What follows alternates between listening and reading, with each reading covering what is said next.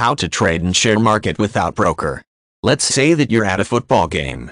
It's a nice sunny day and your team has a good lead. Sufficient to be fairly sure that they'll win but not yet certain. Just enough to keep the game interesting. Except that you've had a difficult time paying attention to the game for the last half hour or so because you've spotted something odd. Your tickets were in the cheap seats of fairways up in the stands but with a good view of the field. It's a pretty good spot to enjoy the game, but even so you wish you could pay for the much better seats closer to the field or maybe even in the boxes. So you glance in those directions, sometimes wondering what it might be like to be really close to the action. But the people in those seats aren't observing the game much. In fact, all of them are standing up and leaving at first, only a few here and there, but then in larger groups. You don't fully grasp that this is an exciting game, so how can they simply abandon the game in the middle? A few minutes after those seats clear out, the players suddenly quit playing. Both clubs simultaneously simply stroll off of the field with no word to anybody. Quickly after that, an announcement comes across the speaker system that the players have just gone on strike and that the management of the stadium refuses to be held accountable for this, so absolutely no refunds will be given for tickets from here forward. And all of a sudden you realize that the people that you noticed leaving the game had gotten their money back before the strike started, but you're only left with a bad memory. So just what does this have in common with economics or stock market?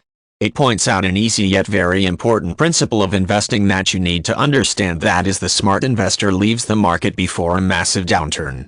The rest of us almost always stay in the market too long and suffer the price tag on that downturn. However, the market insiders usually have a much better warning somehow. Subsequently, anytime you see the insiders exiting a market, you should carefully consider exactly why they might be doing this. Major league sports are a little different from the stock exchange, needless to say.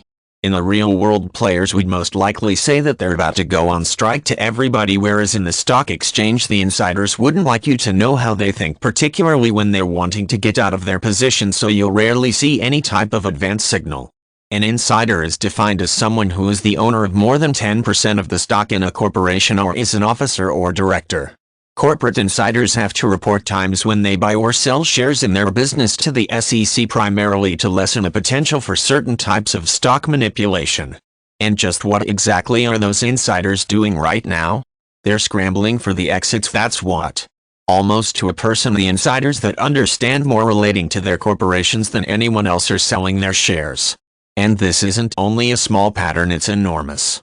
Within the last 6 months, the insider sell-to-buy proportion has averaged 177 shares sold for each 1 share bought. That's 120 million shares sold and only 38,000 bought.